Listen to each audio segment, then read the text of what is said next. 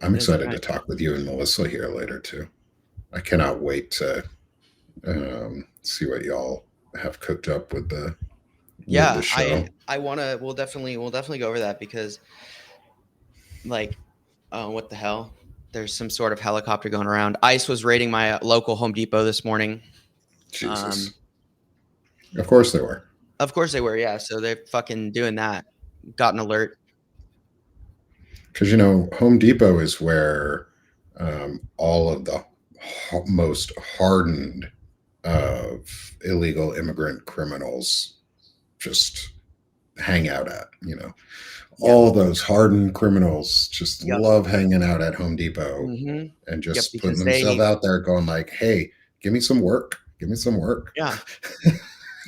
Literally, dude, like I mean, Like, I've literally fuck. worked with those guys, man. They're not fucking criminals. No, and that's fucking stupid. Like, what the hell? I guess Um, someone's running around with a weapon. And the helicopter is like, Interesting. what a morning. What a morning. Some dude, some drunk driver hit the power box over like on my street. So there's no power. So I spent the morning rigging up a bunch of extension cords through my house so that I could hook everything up to a solar panel so that I could work today. Um, so it's just like we just had to keep figuring it out, but we did it. I mean, I'm sitting here, I'm using the power of the sun. We're using the power of the sun to power the Firebrand project today. So it's pretty cool. So hello everybody, good morning, welcome to the dialogue. Let me close the window. He's screaming. I get it. My door is locked, dude. No, and my garage door isn't even open. Oh my He's god, they're back. flying over He's my leaving. house. He's Some back. some some dude is running around armed. So yeah, if I have to get up and you see me like running around with like a machete in my house on the camera, it's because some armed dude is in my house.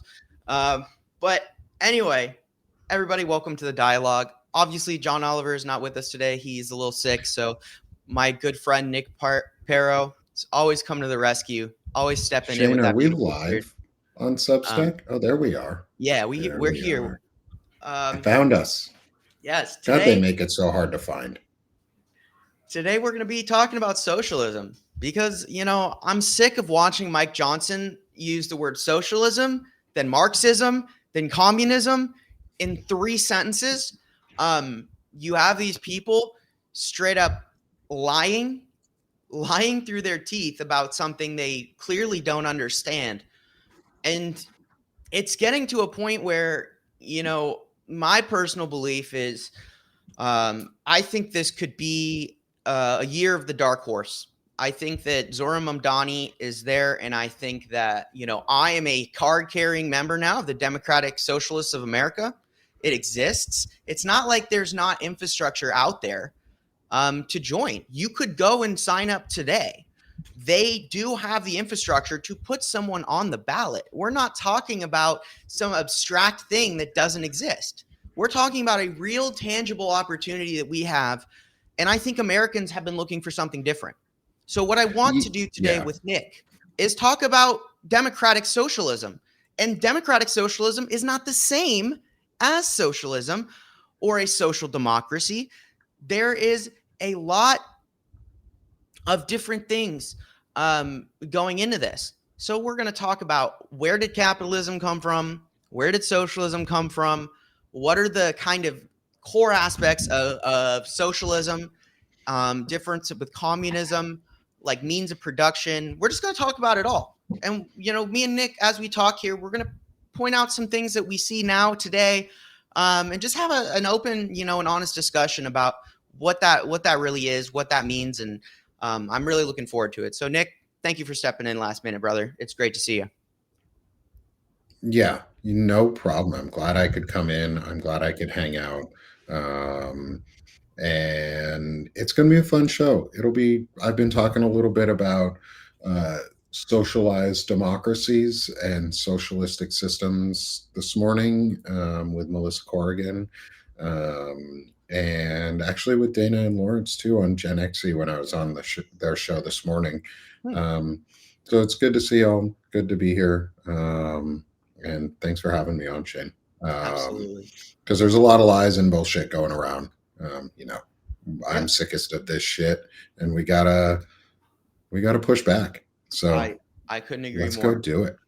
Yeah, so like before we even start, I think talking about socialism, people say like what is capitalism? Who created capitalism? So no one actually created capitalism. In fact, the first time you start to see like a mention of capitalism is from Karl Marx when he's referring to the capitalist. So the catalyst for capitalism is usually referred to, say, 18th century Scottish philosopher Adam Smith. He wrote The Wealth of Nations, and he talks about this system of natural liberty where individuals pursuing their own self-interests are going to be guided by this invisible hand, which will lead them to do the right thing with their wealth. I mean, like, again, he's a philosopher, though, right? Like, this is the thing. Like, when we philosophize, like, that's part of the Firebrand Project. That's part of everything that, I do here. It's built on philosophy. That's what the dialogue is. It's about having a dialogue. It's about having those thoughts. And in terms of the system itself, what is this person EV skateboard? You're going off in the chat. I don't even know what you're talking about, and it's distracting me. Hold on. Are they? It, Okay? Yeah, there's some sort of bot here. Conservative. So you know what? If you want to stay and I can pick apart your argument, go ahead, because you're exactly the person that is you're going to look really stupid by the end of this podcast. So stick around. If that's what you're going on about, and if I'm wrong in that, I apologize. But it seems to me like you're talking about I don't know what you're going on about. So yeah, yeah. I'm anyway, not gonna respond. yeah. So we're talking about the wealth of nations. We're talking about philosophers. We're talking about ideals, right? And ideally, people do the right thing, right? Ideally, but Exactly. his like we've seen throughout time that that's not true. The ideal is not the human condition. The human condition is often greed. Mm-hmm. So, yeah, ideally, yes, a lot of us want the ideal, but definitely not ideal anymore. Yeah. um, And we're the we're words he we're used to seeing the describe bad the part of system. it. Yeah. Sorry, yeah, No, go ahead. So the words he used to describe our definition of capitalism was a commercial society. Okay, so this is a transactional society, right? That's what it is. So the assumption that commerce and wealth generated through commerce is going to give these people that who are going to ideally do the right thing. But like Nick said, I mean, ideals and reality are different. And I think if there's one truth at the core of my philosophy, of my musings, or whatever you want to call it, is that greed governs all. And the only yes, way a society survives is through the regulation of greed specifically. yeah, And we see that because it's not that you could have 99% of people who want to do the right thing, but the 1% will exploit that other 99% at the cost of their well-being and their health, because there you go, right? Like that's in their interest, right? And so yeah, a commercial society leads to that outcome regardless, because you have a 1%. And look at what we have. There's a 1%. So yeah, that is philosophically, we say, okay, well, greed is a thing in the best interest of people. It doesn't matter, because ultimately just those musings, just those ideas of thinking, well, someone's going to take advantage, we can point to reality and see a 1% has emerged. The same continues, but who was Karl Marx and what was he really arguing? And this is like, again, I watch Mike Johnson after Mamdani get elected. We cannot allow these Marxists and these communists to take over our country. You don't know what the fuck. You're like, you know what, dude, shut the fuck up, because you can't use three different types, three different words like they mean the same thing in a single sentence. They're just gaslighting you, right? So if they're going to try and gaslight people, let me and Nick today arm you with the real information to combat that. Because the next time someone says, well, they're communist, well, actually, that's not the case at all. Yeah, and that being said, I do want to also be careful when we use the word communist. Not careful. I want to be deliberate when we use the word communist, because Melissa Corrigan and I were having a discussion before we go any further about this. I want to talk to you about a group that we, since we're on this track, is the Refuse Fascism group that Melissa had started partnering with for Counterstory Media. Their original parent group is the Revolutionary Communist Party of America, which is a very radical organization in this country. And they, at the same time, they're one of the only groups out there that is building for like sustained engagement and sustained movement. So one of the things Melissa and I are doing is being very deliberate in learning who and what organizations found and like are partnered with or are like the parents of some of these groups. So we found a different one that we can talk about later too, in terms of like how socialism applies to like citizen-led movements and things like that, and pressuring the economy. But we just want to be careful with certain groups, because we found out that Refuse Fascism might not be exactly who they started out and say they are, or advertise in any way that they had a history of being related to.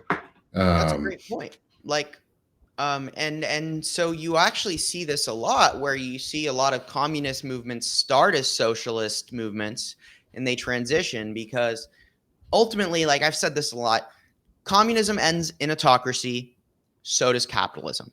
Okay. Yes. Oligarchy on both sides. It doesn't matter, because we're talking about greed here. So whenever you centralize anything, you're going to have an autocracy, which is one of those things where what is, just because Marx was the first person to use the term capitalism, because he was talking about it when he was critiquing capitalists, because he was really focused on the means of production, the modes of production. Okay. So how things work in an economy. That's what he was trying to solve. He was trying to figure out, how do you get a society, an economy that works? And he was thinking about it. He was putting ideas out there, and where he landed is this idea that, you need to have, you need to diversify ownership of core things in our society, specifically the modes and the means of production. That means the property of natural resources. Nick, you've talked about this with AI. AI is the same thing, whereas AI needs to be collectively owned so that people cannot profit. The big thing about socialism... Well, so that all people can profit, and not just few people can profit, because AI could literally feed the foundations of a universal basic income, universal taxpayer funded healthcare, education, all of it. Literally could fund all of it. That alone, we could go even farther and say just about every single industry could do that. Because if you take out the for-profit aspect, but that doesn't mean, like, again, and we'll get into this a little bit more, but it's not that Marx never even said that capitalism was evil. He said that in a certain sense, it really worked. However, ultimately, it is builds a system of exploitation where you have more and more seeking for profit, and you have labor, and it ultimately ends up contradicting itself, which is what we saw, right? We saw that contradiction. John is here, and hey, what's going on, John? I know he's I know you're sick, man, but thanks for popping in. We are seeing now that real exploitation. It's real time. And, my term I like to use is late stage capitalism.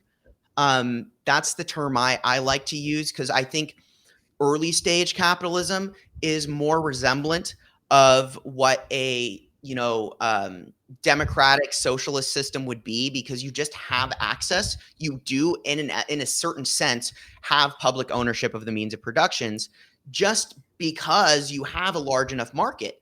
that people are able to participate in that sense. It's where those critiques come in of capitalists, of the exploitation, where you start to see that late stage transition into an oligarchy. Do you have any thoughts on that, Nick? Well, I think too that could be broken down. Like I'm looking at some of the more like subtle differences on the spectrum of socialism in some of it. So we've got a couple different types of socialism that early stage capitalism is more like market socialism. To me, it sounds like it's a blend of social ownership with a market based economy where state owned enterprises compete with each other, basically. Well, no, let's rethink that. I think you're right. Democratic socialism is the start, but we're at market socialism. I think maybe democratic socialism can be where it starts at. Yeah. At least in America, that's our philosophy on socialism, is more on the democratic socialism, where it only combines minor socialist principles on the government side, and the rest is really on cooperatives owned and run by the public through Here, I'll trade be right back, unions. Nick. There's something going on in my house. It's like super loud. I'll be Okay. right back. Yeah. Okay. Keep your microphone on, brother. Don't get don't do anything nuts. So I'm going to go into this while we're on an interlude without Shane today here on the dialogue. Let's talk about some different types of socialism specifically, and we'll start with democratic socialism versus social democracy. Oh, Shane is back. He did not die. We're good. It was just Good. my the garage, the power's out, and my father-in-law was going through the inside of the house to get his Oh, okay. golf bag out. I was like, dudes, I feel, because I was telling you guys earlier, some dude's running around with a knife, and I hear someone rummaging around in my house, and I'm like, are you fucking kidding me? I have to go fight an intruder right now. Get your swords off the wall. Get your That's why we nunchucks. Do keep your it there. thing. Yeah. Yeah. Cut the zip Just ties. walk down the stairs with a sword over your shoulder. Hey, what's up, man? Absolutely. We're going into the subtle differences of socialism as you left, and the big one I wanted to talk about was democratic socialism versus like social democracy, and where we see capitalism starting. Like early capitalism, in our view, was democratic socialism, which is mostly public owned things, or mostly cooperative, worker run cooperatives, labor unions, guilds, things like that. The Masons, groups, organizations like that in early America helped found capitalism through a democratic socialist society. That's what we are. We're built on a democratic socialist society of trade unions and labor unions and guilds, like I just said, and slaves who became then parts of trade unions and labor unions and guilds, and helped build a cooperative network. We have a lot of co-ops in this country because that's democratic socialism. Europeans started capitalism on a slightly different side of socialism through social democracy or through social monarchies.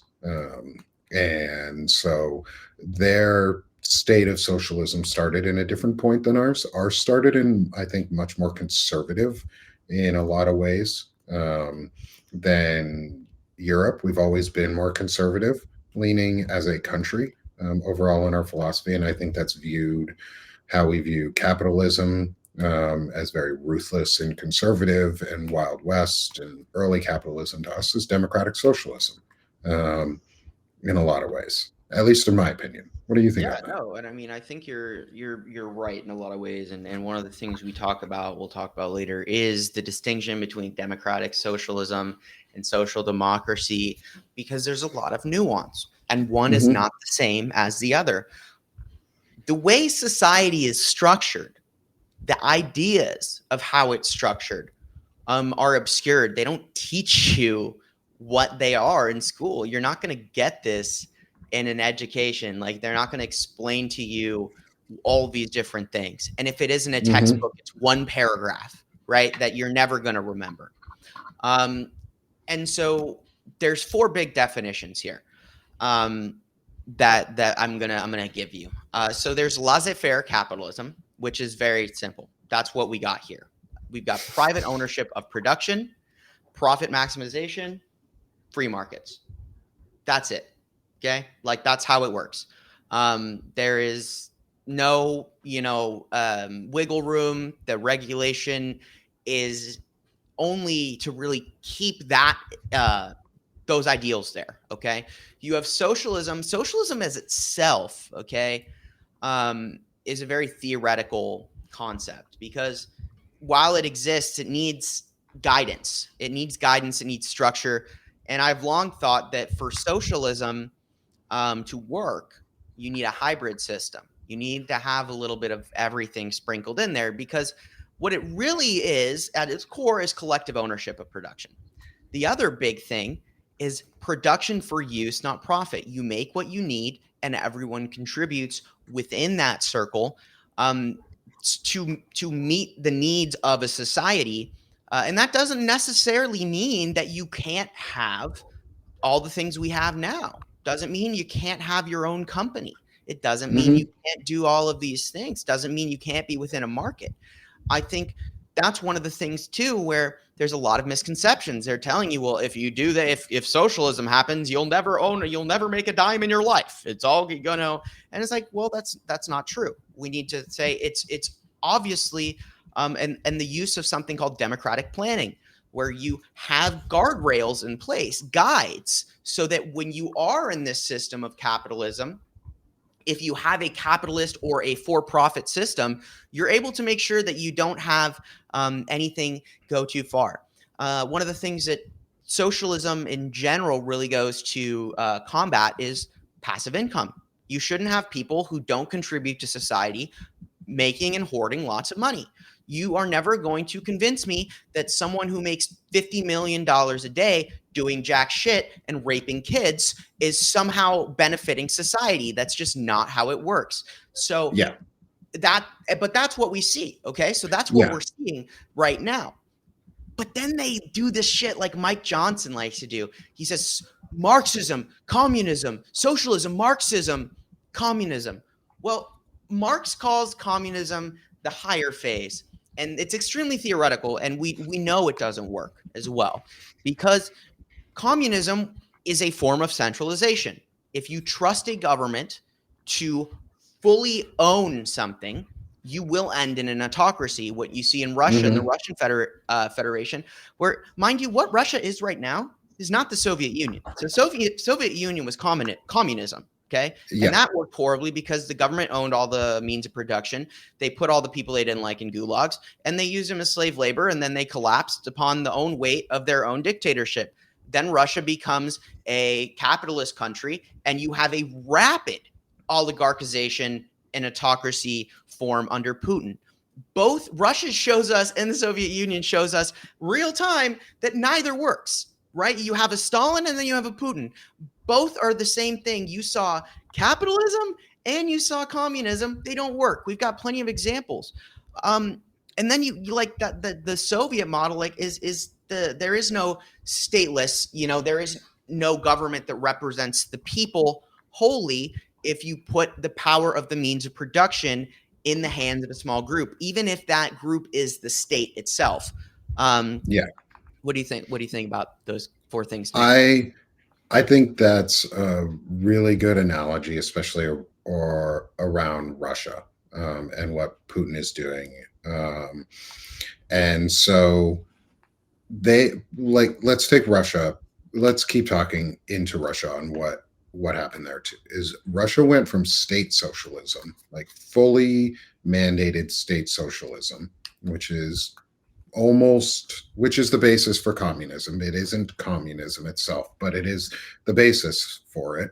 It's where the government controls everything, the economy and the means of production, and you're just you're a peon.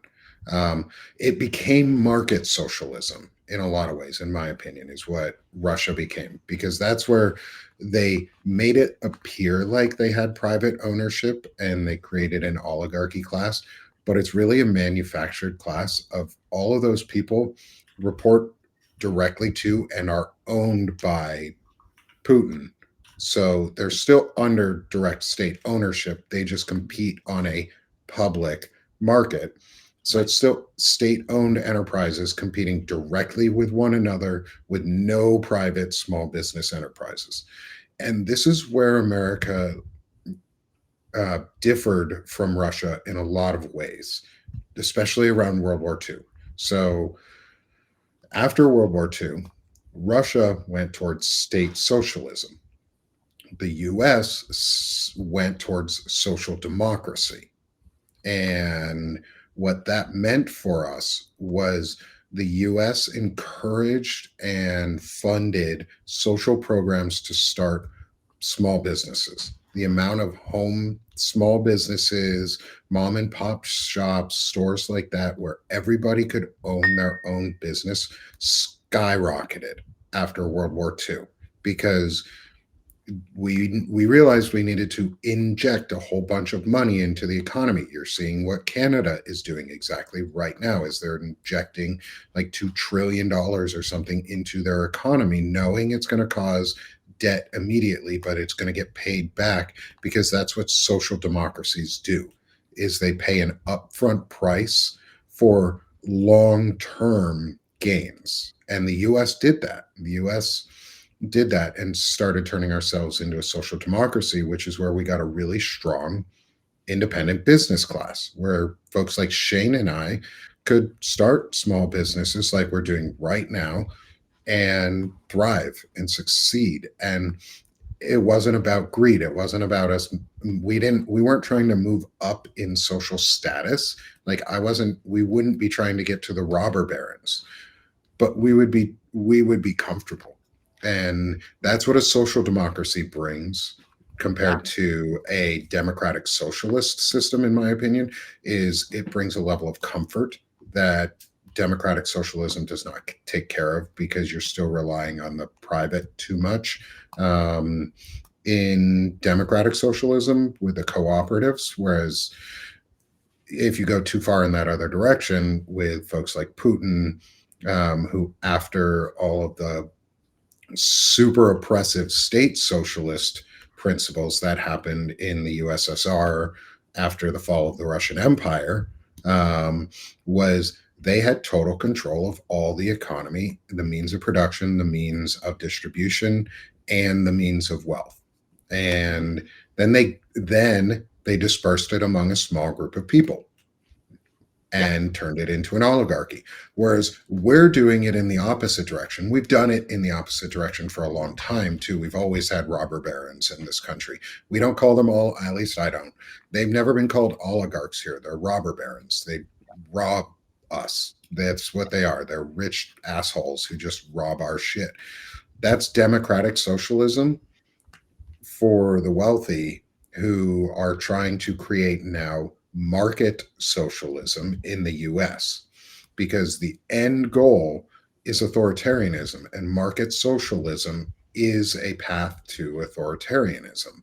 And Yeah. market socialism is how you own this, where you have the illusion of public ownership, where it's still all privately owned, but it's state owned because that's when Peter Thiel and Mark Zuckerberg and Elon Musk become fiefdom leaders and controllers because they happen to have the largest state-owned enterprises of, say, X and Meta or SpaceX, which would replace NASA in a lot of ways. That would be a state-controlled company under the guise of private ownership because all of the money comes from state appropriated funds anyway. So it's state owned. And it's just market socialism. That's what oligarchs want. That's what robber barons want is market socialism. I think the balance point is social democracy because that's when the people actually have power and a voice. And that's Yeah. where I Putin I fucked up on purpose and Russia fucked up on purpose. And we're fucking up on purpose here too, in a lot of ways. Well, not we, not you and me, but the US government, who is, Yeah. by the way, actively hiding and covering up pedophilia and child sex trafficking and I think before we end the show today, at some point we do need to talk about that and how fucked up that is. That Yeah, the we'll DOJ, touch on it for sure because we just had these emails come out. yeah, Michael Wolff. So, but you really There's an open call for an interview. Michael Wolff, come on with me and Ellie Leonard on Banner and Backbone. We'll gladly talk about all of that with you and share all of the information from you. Do it like now. Come on. Yep. Let's save this democracy and turn it into a social democracy. Totally. But you offered a great segue here. Yeah. And one of the arguments, against socialism is its state ownership of everything. Well, it's not true at all. Socialism is communism because the state owns everything. That is what, Lenin wanted. Okay. That is what Stalin did. That's not what it is. So there's personal property and there's private property. What socialist systems advocate for is that you have access to all of the personal property that you need to be successful and comfortable. Private property refers specifically to the means of production. That is what that's what creates your personal property. What we see in America is that people cannot afford to have personal property because of private property being the ownership of the means of production. Because you have oligarchs in America, American oligarchs are robber barons, we no longer have access to our personal property. It is harder for you to buy a toothbrush now than it has ever been before. It is harder for you to buy a car than it has ever been before. They 50-year mortgages. In constant debt. They're offering 50-year mortgages. They're offering 15-year car loans. Why? Because it's slavery. Someone said it in the chat. It's a form of forced indoctrination or forced submission to the public, to the corporate system through debt. But the other big thing here is at this point, the U.S. system, the whole U.S. system is based on debt. Like that's literally all the U.S. system is about. It's just debt for us so that rich people can borrow our money and spend it on themselves. So market socialism, assholes. Yeah, well, and all of them. Point here with debt. I think debt is going to fucking destroy us. Debt is the nuclear bomb that is going to bomb the entire global economy because the concept of debt, there's nothing wrong with debt. What is wrong with debt is when they decided that they could buy and sell debt as an asset, as a security. Now, the second you give debt value and say, I can use that debt to purchase something else, you've created an arbitrary thing, something that doesn't really exist. It's the same as crypto, okay? Debt is it's the same thing. I've created something, I'm assigning it value. But the reality is there is no guarantee that debt comes back to you. It's one thing if you want to loan money to someone, okay? And say that eventually you will have to pay me back $1,000 and you have to give me an extra 15. And you can have that debt. Now, what you can't do and what screwed us and what created the oligarchs is someone said, you know what? This debt is worth $1,000, $1,015. What if I just say this is $1,000, $1,015? Suddenly, you have $1,015 that you just created out of nothing. What's even better is interest. So you can loan money and then add that interest. Say, well, now actually it's 10%. So it's $1,100. Okay, but that is nothing. It's arbitrary. And so they've used it to inflate and make more and more money. But there's no money. What we're seeing is there's no money that's going to go back into it. This debt cannot and will not be repaid. And that's what's created this whole situation. And that's what this passive income we're talking about is by removing passive income, by removing their ability to collect wealth on wealth that doesn't exist, on arbitrary things.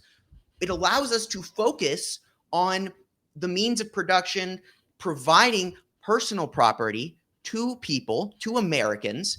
That's what's more important than having a passive income that allows you not to work and do nothing and continue to siphon wealth out of an economy you're not contributing to.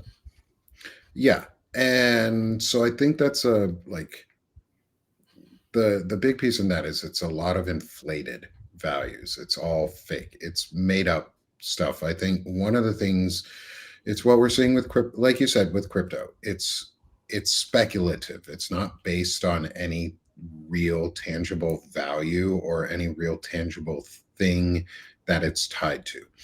The US dollar, let's say, just specifically, because I know where I know some of the US dollar history, is it used to be backed by gold. We had a Federal Reserve that has a ton of gold in it. We used to hoard wealth in the form of gold bars like dragons. A lot of countries still do that. In fact, we still do that. That was what backed our financial system. And am I saying going back to gold is a good thing? No. Fuck no. I don't want to go back to a rare earth mineral or an earth mineral that we have to mine and destroy our planet to get as a finite resource to say we can have this much greed and more and more and more and more. I I am fine in the long term with systems like crypto. I don't think we're ready for them. I don't think there's any good regulatory like basis in place for crypto right now, and that would provide us any security or safety as the users. And that's what they want, is they want it without the safety and security. They want market socialism where they get to make it look like we have any power and any like say in what's going on, say in crypto, where they get to own all of the big whale accounts and all of the big uh, and and change the standards and change the values whenever they want or see fit. um, that doesn't solve the problem. Like it just moves one debt to another. The thing is, we could eliminate all the debt because the debt is fake. Like the debt is fake. It's all fake numbers. If we're in debt to if other countries are in debt to us and we're in debt to them too at the same time, who owns what debt? What debt are we paying off? What, like, are we paying off the money that we borrowed from them, or are they paying off the money they borrowed from us? Or are we paying off the money they borrowed from us by paying them money we borrowed from them? Like, it's confusing as fuck sounding because that's what it is.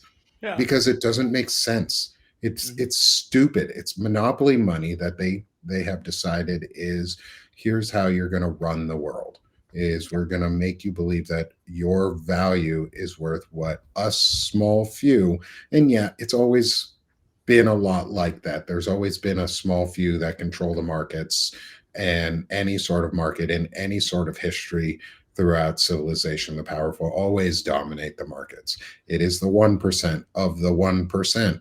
Like Shane, you talked about it earlier in at the beginning of all of this, was like it's a 99% want to do good. That 1% will take advantage of the system. Mm-hmm. That 1% who we see right now as billionaires, there's 1% of them that are fucking it over for the rest of us. Like we see the most obnoxious 1% of the 1%. That said, that small group are the big dragons that have created market socialism on a global scale and are manipulating global economies to not only destabilize the US. I know this is kind of a bit of a tangent on this, but this whole market socialism system is a destabilizing mechanism that is being implemented around the world right now. Like somebody was talking about it either earlier today or yesterday, and I remember vividly hearing this discussion, is it's three power players of Xi, Putin, and Trump, who are divvying up the world into market socialism systems, basically, where they would get to control their segments. So the US would control North and South America, Russia would control Europe and parts of Africa, maybe. Israel would get all of Africa and Israel and the Middle East, and China would get Asia and the South Pacific. And those would become fiefdoms of market socialism, where just a small group of people would own all the wealth, and the rest of us would work slave labor for them. Basically, that's what that is, Yeah. and that's what their runaround seems to be, because that's what we're seeing in provocation to like Venezuela. That's part of this movement towards destabilization and market socialism for the very ultra wealthy. Yeah. No, I mean, and you're, I think you nailed it. I mean, and that's where I think when we look at, I think you have kind of it's difficult too, because when you look at democratic socialism versus, a social democracy. Okay, so this is where kind of you and me maybe differ a little bit. I think a social democracy is not necessarily the transition we can have right away. I don't think that is. I think it can happen ultimately, but I think that to transition, I think that if you go to democratic socialism, that's the first step. To your point, there is limitations, right? Because you're still allowing a certain type of market to exist within democratic socialism. Now, the change is that you have regulation. It's the crux of it is you regulate the shit out of that market, and you say, I don't want you to be able to do all of the things that you're doing, because the thing is, you can have, I do think, like we talked about earlier, there's good parts of capitalism, right? Early stage Yeah. capitalism is kind of like it is a social democracy without the guide rails, because we have to look at these things for what they are. They're systems, and systems have stages, they have phases, they have components, they have forces. When you act upon a system, you see change. You could even make it as simple as saying it's a chemical, equation. Okay, you add hydrogen and you add oxygen, you get water. Okay, you add hydrogen, you add oxygen, you add energy, water. Okay, why? Because that's how it works. You could say the same thing. You add a population, you add a working class, you add labor, you add a output, and you have some form of a system. Now, it's the forces that are acting upon that system that matters. And when you have, a runaway reaction on a, social democracy with a lack of guardrails, you end up entering a, market socialism, like you said. Yeah. Where you have a And this is where regulation comes in importance. And you Regulation, and I have talked about it a lot before. You and me have talked about regulation a lot. The fucking answer is regulation. Like, it's that simple. And that's what democratic socialism is. It's people transition to a kind of social democracy through a government, through reclaiming their government and passing laws to regulate. And that's where I think we have an opportunity with Zoran Mamdani, because he is a democratic socialist endorsed candidate. So to be clear, the Democratic Socialists of America is a like a nonprofit, that like an organization that backs candidates that are democratic socialist in value. So I donate to that because I want them to help these candidates like they did with Zoran Mamdani. So where's the line? It's kind of just like a stepping stone, I think, is the better way, because if you get to democratic socialism, you can reach social democracy. That's what socialism is, I think, more than anything else, is you're looking at a spectrum. You're looking at different parts, and it can go back and forth, because what it is it's when you reach equilibrium, a societal equilibrium. I think that's kind of when I look into their philosophy and what they're doing. And you could say, okay, it works in New York City, doesn't work in Tulsa. Well, but why not? Why wouldn't it work? Why wouldn't it work? Why wouldn't it? Like, if you're going to say that, I would love for you to bring that up, because if you're looking at a democratic socialism on a federal system, okay, now you're looking at the balance. Okay, if you're all Americans, if the people in Tulsa pay in the same as the people in California, I would want them to have the same benefits that they would have in California. That's the point of having a federally regulated system with those guardrails. And you could say socioeconomic conditions. Well, the whole idea is to rebalance those socioeconomic conditions through regulation. That's where we need to shift our thought processes. People say it can't work because that's the way things are now. Well, the whole point is to change the way things are. So again, And so like the question who's the to question may say? be, Sorry, go ahead, Nick. like Patrick asked in the chat, is it even allowed to work there? Well, that's the answer isn't even no. It's nobody's tried. Like, we've never tried to make it work there because we've always said no, it shouldn't or can't, because we've allowed states to use things like right to work as an excuse to push back on democratic, socialist, or even social democracy policies. And the real answer to the question is, could it work in Tulsa, is yes, it absolutely can.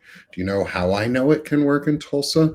Because we have democratic socialist systems here in Arkansas, in my state where I live, in the home of Walmart. We have somebody who gives back on a socialist scale and donates a ton. And yes, it is from the Walton family, and I'm going to give them props for this, is they donate a shitload to the Bentonville community and offer free museum services. And there's a museum that everyone has free access to. It's called Crystal Bridges. They feature local artists in Crystal Bridge, and it's all free forever for the next 100 years too. The Walton family, whoever the heir is that is actually currently managing it, it's not one of the main Walton folks, but it's one of the kids who's like more socially conscious and actually trying to do some of the good things that robber barons used to do. Is For the next 100 years, it's fully funded for public access for free for anybody to be able to go in and out of the museum, and they can get whatever artist basically that they want. Sometimes they'll have a paid section for like a special featured artist, but it's very inexpensive and anybody can access it. So yes, social democracy systems can work. We just need to regulate them to work as the federal system. The thing is, we keep seeing too loosely the union of states. We have decided that the union of states does not allow us to always regulatorily control what states do. And on a global scale, on a national, actually, at least on a national scale, there has to be a unified regulatory system that the states would follow that encourages and enables social democracy. Like, Tulsa shouldn't just have it, but they deserve it. And in fact, Tulsa has some very beautiful social democracy that works, or democratic socialism that works, because Oklahoma still pays for state parks. Oklahoma has state highways and state paid roads. Oklahoma has fire departments and ambulance services and police departments. All of those are social democratic programs. We're so close. We're so close. That's the thing people don't understand, is we're so close, like, to what we need. The missing factor is market regulation and to tax the billionaires. Like, we could be there within 2 years. You have a functional Congress. You have a Supreme Court that's willing to do its job. You have a president who's not an autocrat. And then you can get there in 2 years. You put real legislators in Congress and in the Senate who pass legislation. You negotiate with the states, because here's the thing. People don't want a socialist system because they think the government, because they've been convinced it's communism. The Red Scare really benefited them in that sense. Yeah. And you have to wonder why they did it so much. Because if they were able to push this hatred of communism and then shift it to say, oh, well, socialism always is communism. Okay, well, one could say that socialism is also capitalism. Okay, because socialism is that point where things work, but ultimately we go back to greed, the 1% who are going to fuck it up for everybody. The answer has always been regulation. Nick, you said it. It's because we haven't tried it. It's because they don't want it to happen. Someone in the chat said that they're scared as fuck of what's going to happen. You know, they're scared, you know, shitless that this is what they're going to lose everything, because they will, because they've created a system where they don't, again, it's personal property and public property. We still want public, personal property. Okay. Like, I'm still going to want my own car. I'm still going to want to have my own dwelling. I'm still going to want to have my own land. It's not going to change in a socialist system, because we had it. We had it without regulation, and naturally through processes that you can point to in countless examples, like we talked about Russia, you went to the oligarchy, you went to the autocracy, because you will trend there no matter what without regulation. You're seeing a democratic backslide across the world. Why? Because capitalism is reaching late stage everywhere. Everywhere. You're even seeing this in Nordic countries, okay? Like, but what's taken them so long is that their social contract in those countries, their culture was so primed for those kind of communal values that it just took longer. But it will affect every single country. What America has the opportunity to do is reject authoritarianism, reject autocracy, reject market socialism, and say, actually, this is what freedom looks like. Because the world still will look to America for the model democracy if we fix that. Okay, if we fix that. Yeah. And, Eric, he mentioned in the chat, it's education, and I agree with you. However, we don't have time, and there's no means to educate everybody through a system per se, and then get them to agree. What you can do is get people in charge that are smart, get the regulation in place to regulate the education. And you have to show people that they'll be better off, because all the people who say, I don't want that shit, and suddenly their energy is like, paid for, and they have utilities, they have healthcare, their cancer treatment is paid for, by the government, because everyone pays taxes into a healthcare system that takes care of people. All of our natural resources, they are for profit, but that profit goes to a point. With regulation, you can allow for profit and still pay into the system. Okay. Like, that's the thing, since we're talking about socialism as that center point, you regulate that out as far as is functional, and you keep it that way. So it's a wealth minimum and a wealth maximum.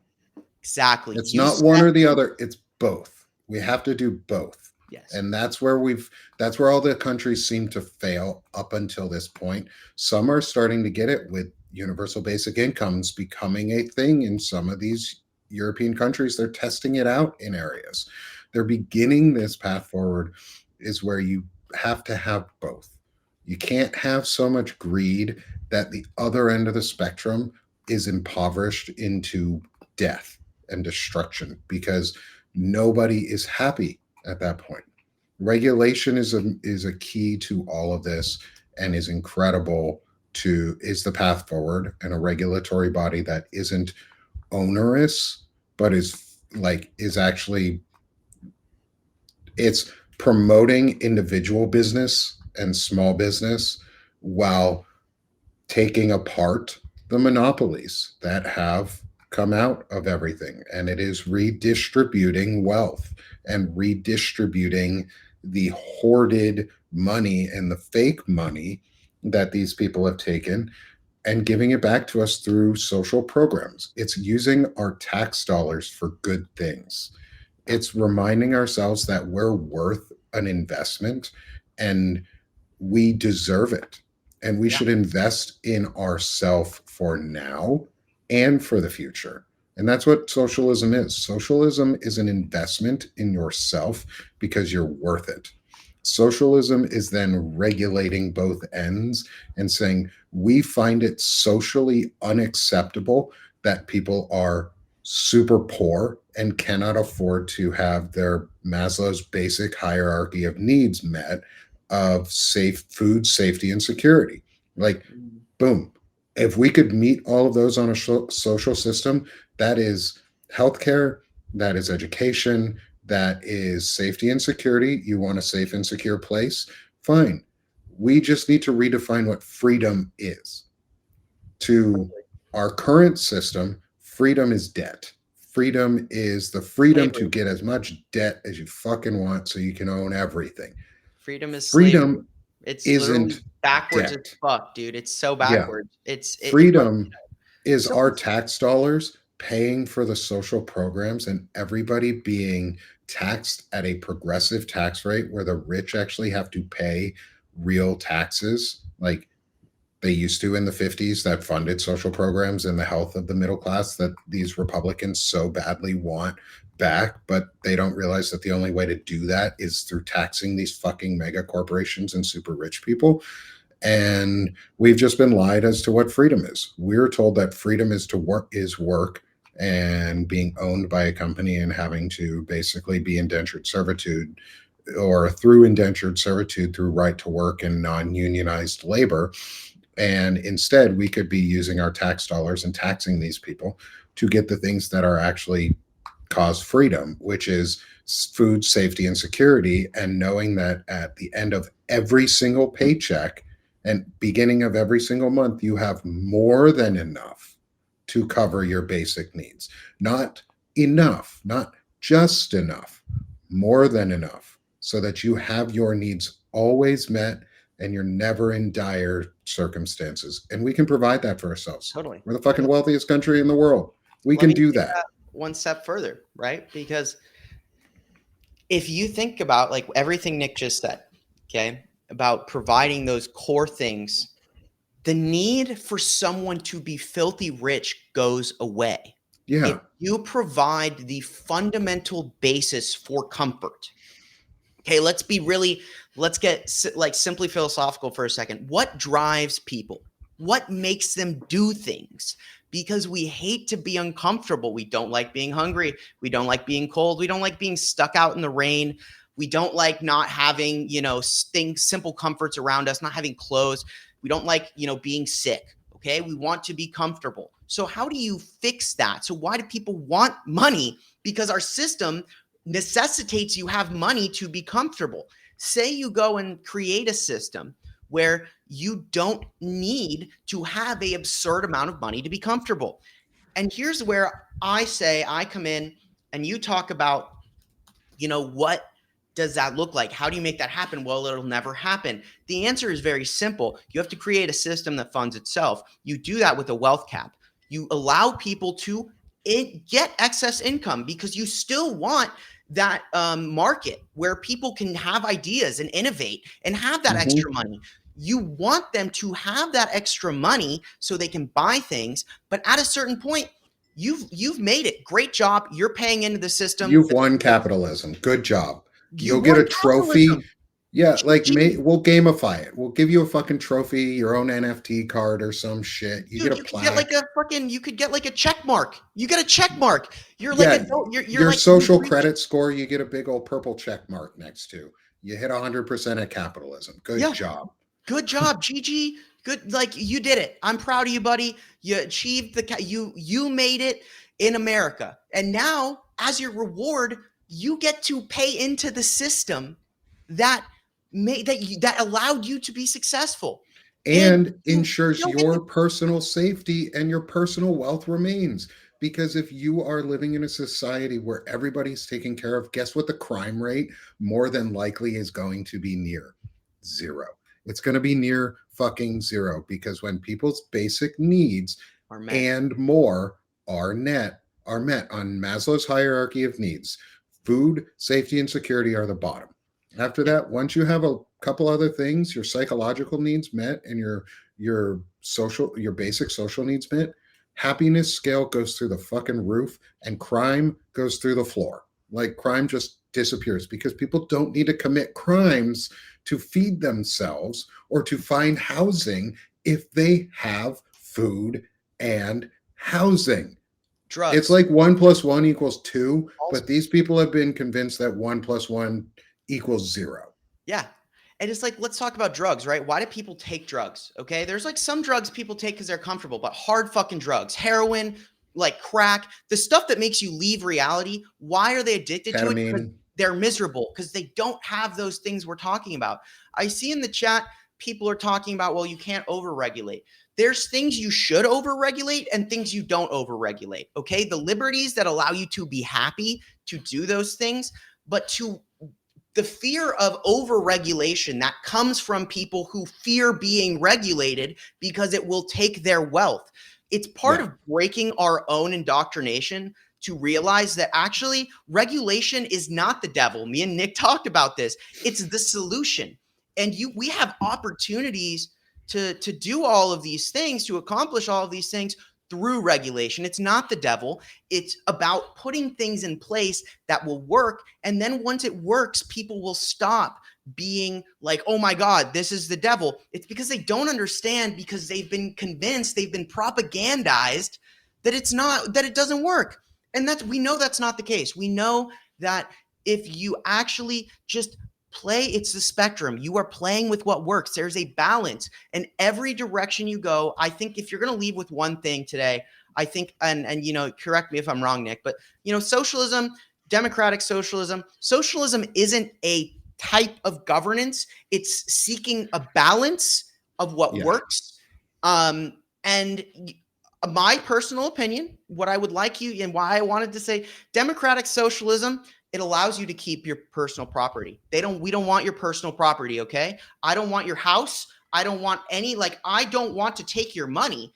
I just want everyone to have enough so that they can have extra money. And Jeff Bezos doesn't have 14 yachts because he doesn't need 14 yachts when children are starving. Okay. What 14 yachts worth of money that could build real quality homes. And last thing I want to say, because we just went over the hour, but last thing I want to say I got about a little bit of time if you want to go okay, long. I'm we'll not go in a over hurry. that extra time. But the last thing I want to say here is, because we're talking about a wealth cap, it doesn't work. You're taking away their money. Actually, think about this. Okay, maybe in the beginning, the services provided are not the best. But what you create with a wealth cap, as long as you ensure that money goes back into the system, which we can do with AI, we can put AI in place to regulate these processes to catch people who are greedy fucks, because they will always exist. But AI has this ability to be impartial and watch all of these systems at the same time. AI has failed in a lot of places. They overhyped it. But where it has not failed is data like aggregation and looking at large data sets and drawing conclusions. What is a government on the scale we're talking about? It's data. It's about tracking where the money's going, tracking how these things are going. You get a system that's streamlined, that works, you'll see an exponential curve, because everyone who is successful, that benefits the system. Eventually, the quality of living will reach a point where you see a utopia, because it's everyone it just gets better for everyone. It doesn't get better for one person. The more success people have, the better and more successful the system will be. It's capitalism. Right? Let's just take a line graph, okay? If you just for really simple, capitalism goes like this, okay? Oh, it's going up, it's going up, it's going up, it's going up, and then you get the K curve, okay? The K, that's where it's when you see certain percentage goes up and then the other half goes down. That's what all the graphs look like right now, okay? America is a big old K curve. Everyone's in poverty except for the 1%, which is exponentially growing. What you would see with socialism is that curve would not, a socialist, democratic socialist system, that the type that me and Nick are talking about in this discussion, because again, it's a spectrum, okay? And it's a balance and it needs to be struck, but there's plenty of smart people talking about this. They're being silenced because they're scared as fuck that we're going to take all their money, because we need to take all their money so people don't starve in America, so they can afford healthcare. We need to take these large companies and, there will be a reckoning, because it's too much profit. And that's what we talked about in the beginning. It's about, private property. It's about taking away that profit system. But what I really want to hammer home is that it is a self-sustaining system. It sustains itself because it will feed itself. And even those Nordic countries, their models don't do that. They allow for a certain level of private income. There is a tax, but it does allow. They're closer than anyone has ever been. That is what I'm going to say. But what we need in America is something better, and they are unfortunately trending in the wrong direction because even they have too lax of a regulation, and it's okay. Like, it's okay. I think that a lot of these countries, if we set a good example, the people in Europe are going to be like, oh my God, America did that with all those capitalist assholes. They're going to turn and demand a better world from everyone else because that's what everyone has done. We have so much of a groundwork laid here.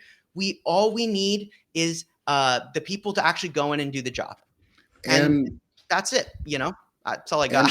I'm done ranting. I think I laid it out. No, I think what it too is, it's also the great starting point for I've talked about it a little bit, is like this idea of a project 2075 is a 50-year plan. We're at the stage where AI is still young but it's being overused and overtaken, or is taking over a lot of stuff, and it's going to overtake a lot of industries that it's not really intended to overtake, but it's going to anyway.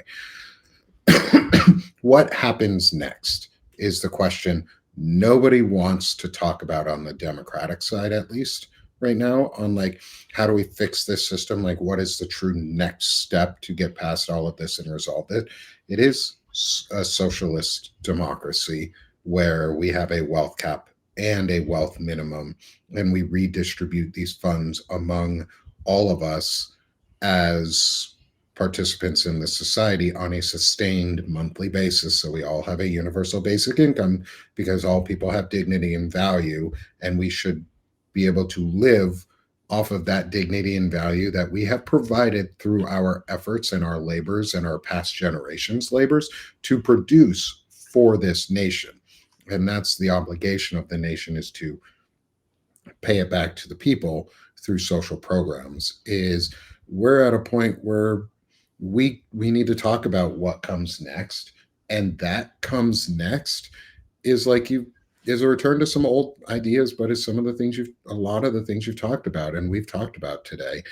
And that gets us over the hump, because what comes next for jobs, nobody wants to talk about that part, is with AI and even with smart manufacturing and smart manufacturing is a big thing that no one is talking about. Yeah, like smart manufacturing. Let's take that. An old manufacturing plant would have hundreds to thousands of jobs. A smart manufacturing plant has tens of jobs. But that's not an issue. That's not a bad thing. It's safer. It's more economic. We can make it produce value in a much better way. But if we're going to purposely remove people from the workforce, there has to be something on the other side that can immediately catch them. And that other side to immediately catch them is rich people. Guess what? You have to give over some of that fucking money that you have stolen, 98% of your money. Like, you don't get to keep that shit. Also, if you're a pedophile and you go to jail, you don't get to keep your money. It goes away. Yeah. And if let's say even a stupid number like $100 million is a wealth cap. Let's say stupidly. I don't know why that number, but sure. Make yourselves happy at $100 million. Mm-hmm. After that, 99.9% tax rate on every dollar made over. Anything before, whatever your effective tax rate is, sure, fine. But over, all of it goes back into the system. Like you said, it feeds itself, but you're not being punished. Who needs $100 million? Like, we ask ourselves, I ask myself that a lot. And a lot of people in our community ask that, like, what do you need that money for? Like, you don't need that money to be happy. You're no longer happy at that point.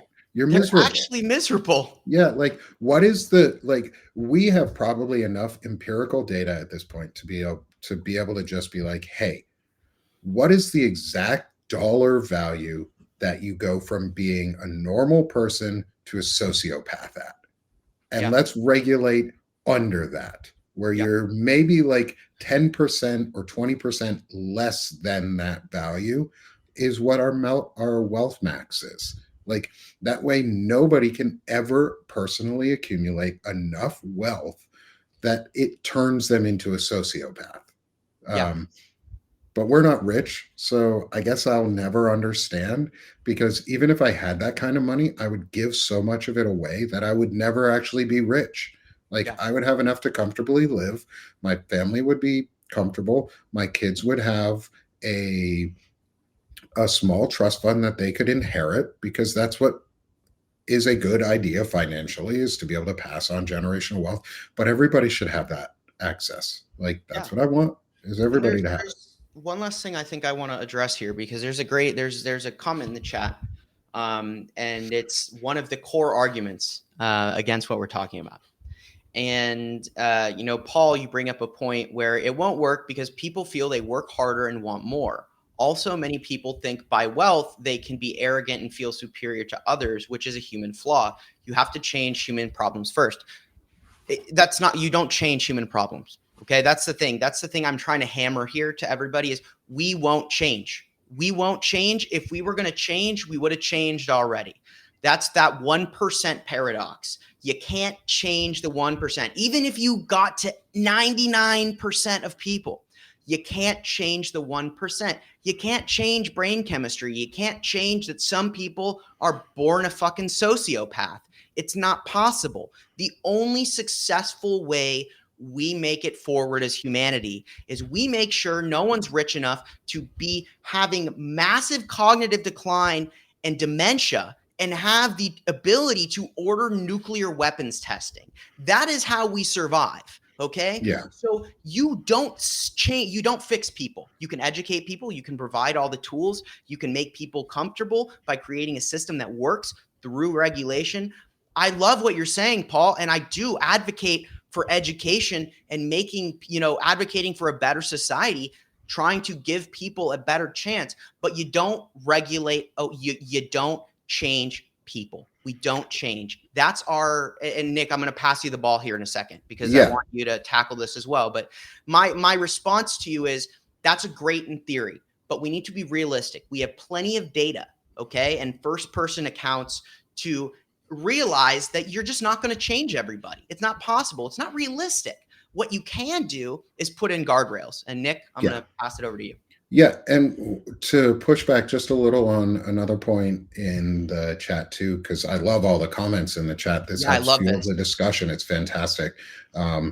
Is one of them is around like how much maybe that wealth is, because like what is comfortably living in the US, and that does depend regionally. But this isn't, we're not, that's so micro.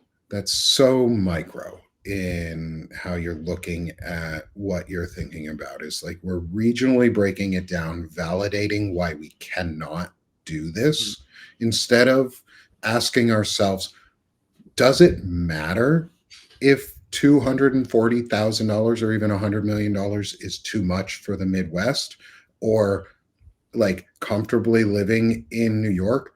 Or are we just being told that it should matter, that maybe it is okay to live more comfortably in one area because you're choosing to live in a slightly higher priced area, but you can afford it? You wouldn't be without. It's everybody would no, I understand we're talking different costs of like housing, land, property, regional costs in general. Yes. Midwest, let's say, is slightly less expensive, but I can also argue that it's not. I can easily argue that it's really not any less expensive, because we have houses worth the same exact here in Arkansas that they are in much wealthier areas, because Bentonville, Arkansas, right nearby, has the home of one of the largest corporations in the world. And so our effective rates are pretty close to a lot of democratic areas and very well taxed areas. It's just our taxes aren't being used for anything good in red states, and they're being mismanaged. more often than not, democratic states are being more used, but that's a different conversation. But the cost sharing part of it is we all deserve to have. That's where the wealth minimum comes in, and that's where we all forget, like, where we don't. Sometimes we frame our arguments in a defeatist light, is because yes, education is huge, and most people are uneducated about these systems, and that's where a wealth minimum comes in, because then we effectively say, what is the minimum that we know that an American could live comfortably anywhere Yeah. in the US, not just in one region, not just because you were born in Memphis, you can only stay, let's say, in Memphis or in the South or in those regions. I want someone born in middle of fucking nowhere, Mississippi, to have the same minimum wealth as someone born in New York City, because then their opportunity to equally express themselves as an American and equally achieve the promise of freedom, liberty, and the pursuit of happiness and justice and those things, we equalize that playing field. And like I said earlier in our conversation, crime drops dramatically.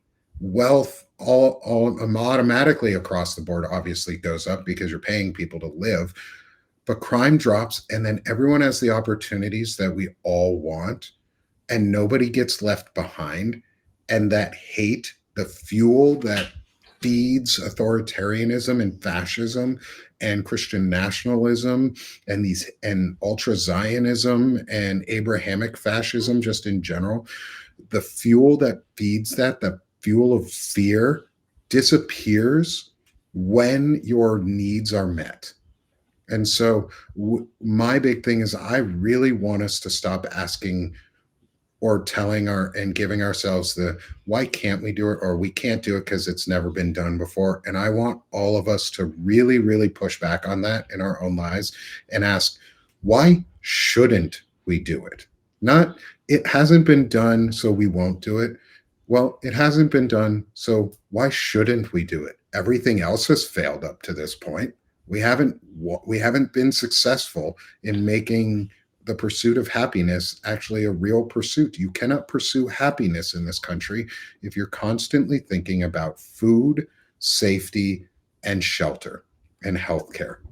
The only way to pursue happiness is universal minimum wealth and a universal maximum wealth, so that we all take care of each other and we all feed back into the system.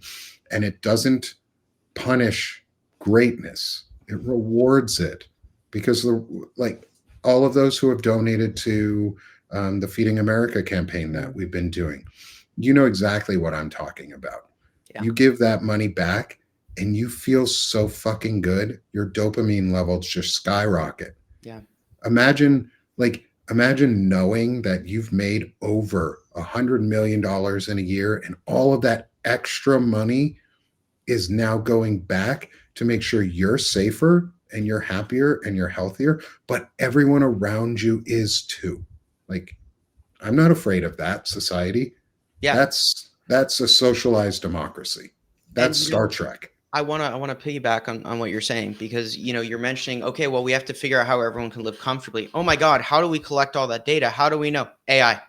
We already have it. We already have it. We already have all that data. Hey, fucking, I'm gonna say Grok, but not Grok, because Grok's a Nazi. But Grok, take everything, aggregate it, get me a cost of living based on state, based on all of these things, based on environmental impacts. What does someone need in Kentucky versus what does someone need in California? If you're in a drought state, does everyone need to be given rain barrels and other ways? Do they need more solar? And, in coastal areas, do those communities need to have, government funded wave energy? I saw the coolest thing ever. You have wave energy on all of our coasts. We have so much coastline, and they have a small factory, like a small facility with like 8 of these things that go back up and down, and they can power 200 homes. Okay. Imagine you take all of that stretch of coastline, all that government property, and you build that out. Okay. And then suddenly you take those 8, you make 40.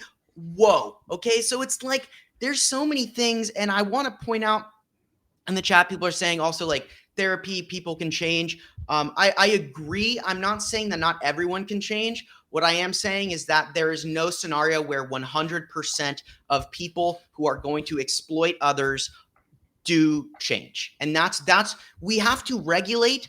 It's like that rule. One person will ruin it for everyone. They will always. Like, it's like when I worked at Home Depot, and everyone, you used to be able to drive the forklift without someone in front of you, but someone impaled somebody on the forklift. So now you need to have someone in front of you all the time because somebody's going to impale you with a forklift. It's going to happen. Somebody's on their phone and they're going to run over your dog. So you need a spotter. That's reality. And that's where, it can be done. And that's when you, and Nick said it. And I want to reiterate it. There's no reason when someone says, well, you can't because of this, you push back. If there's one thing you take out of this dialogue we had today is you need to push back when they say, well, we can't because today we just went over a ton of reasons why we can. And why we should. It works. That's why they're so afraid of Mamdani, because he's going to prove that it works. And the millionaires are all going to run away. No, they're not. Where's Wall Street? Shut up. Get out of here. And it's more expensive for them to run away than to just sit there and pay 2%. Okay? They have a ton of money. Like, they're going to say this stuff. And if they all get up and go away, okay, you know what? There's a lot of people in New York City. And they all they're pretty much paying the same tax rate anyway. You don't know. What we're seeing is New York come together as a community and want to support each other. It's a cultural shift as well. It's not just a, shift of, you're seeing New York, the city of opportunity, of wealth, of being like a Wall Street millionaire. And you're seeing that city say, you know what, we want to support each other. We want a system that works for everybody. That should tell you more than these everyone's saying, well, the millionaires are going to run away. You know what? Not all of them are. And if, 50% of them run and the other 50% stay, they're still good. Yeah. I mean, they're and still 50% good. more housing, there's like a 50% of that population's housing just went up onto the market and could be reused for something else, better housing. So sucks to suck, I guess. Yeah. Well, Nick, leave. Bye. Your closing statement, brother. Bring it home.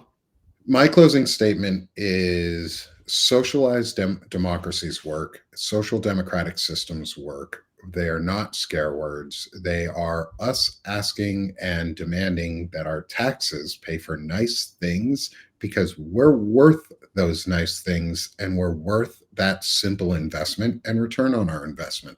So go demand that we get more socialized democratic systems in this country, and don't buy into the fact that we can't do it because we haven't. And maybe we should buy into the fact that we should do it because we haven't. Beautiful. And that's my message. And go help us feed America. Support us with donations absolutely. to Feeding America too. Nick, I appreciate Nick, everyone. send me over the link. I'll put it in the show notes. But yeah, let's end with that. I think that's perfect. So thank you all for joining us today for the dialogue. John Oliver, he'll be back next week. Don't worry. Nick, thanks for stepping in. And guys, pretty, please take this dialogue and go have it with someone else. Hash it out. That's what we need. We need you guys to go out there and hash it out. Next time someone says, well, that's not going to work, be like, all right, my friend, I got some stuff for you here. Sit down, and you know what? It might not work on everybody, but if it works on somebody, that's going to keep going. It just like how we're talking about the economic system is going to feed itself. The ideals can feed themselves as well. So, Nick, thank you so much for joining me today. Thank you to all of the 184 people that I know are going to go out today and have a discussion with somebody else about why, the ideals of democratic socialism, social democracies, why they can work and why we should try. And last, make sure you go and subscribe to Nick at Sick of This Shit Publications. I have his old picture up. I'm sorry. I'll send you my new icon. Okay, for Don't sure. worry, I'll send it over to you. But you can scan that QR code there if you're in the recording or not. Make sure you go visit Nick, support him. Same goes for me, but you can support him by being a free subscriber, by liking, restacking, sharing, and being there, commenting on his posts. That's a huge way to help him out. And obviously by being a paid subscriber, it helps keep the lights on. It helps feed his family. And the same applies to me as well. So hopefully you can both support us both. And we'll keep speaking out. We'll keep advocating, and we're trusting each and every one of you to go out and say, you know what? I'm a fucking socialist, and I'm not a communist. I'm a socialist, and you're ignorant. So let me educate you, or fuck off. So with all of that said, thank you guys. Thank you, Nick. And Thanks, Shane. burn bright, resist, and we'll talk to you all later.